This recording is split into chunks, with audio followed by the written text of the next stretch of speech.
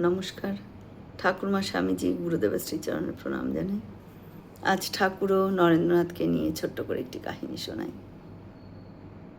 সুরেশবাবু ছিলেন শ্রীরামকৃষ্ণের একনিষ্ঠ ভক্ত। সেদিন তার বাড়িতে একটি উৎসবের আয়োজন করা হয়েছিল, যেখানে শ্রীরামকৃষ্ণ আমন্ত্রিত ছিলেন।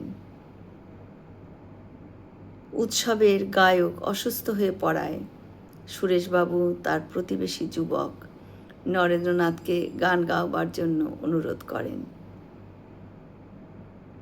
কারণ নরেন্দ্রনাথের সুকণ্ঠের খ্যাতি ছিল। নরেন্দ্রনাথ সেদিন কয়েকটি ভক্তিগীতি গেয়েছিলেন।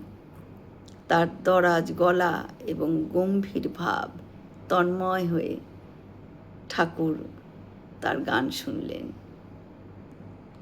গান শেষ হওয়ার পর শ্রীরামকৃষ্ণদেব নরেন্দ্রনাথের প্রতি এক অদ্ভুত আকর্ষণ অনুভব করলেন।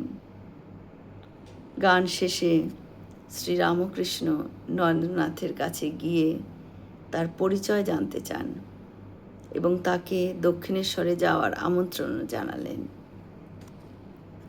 শ্রীরামকৃষ্ণ পরবর্তীকালে বলেছিলেন যে প্রথম দেখাতেই তিনি নরেন্দ্রনাথের চোখের মধ্যে এক যোগী সুলভ তেজ এবং আধ্যাত্মিক গভীরতাও লক্ষ্য করেছিলেন। যেমন বাতাসে মেঘ সরে যায়, তেমনি ঈশ্বরের নাম মনের সব অন্ধকার, সব মোহ এক মুহূর্তে দূর করে দিতে পারে। নাম জপেই আছে মুক্তির পথ। জয় শ্রীরামকৃষ্ণ।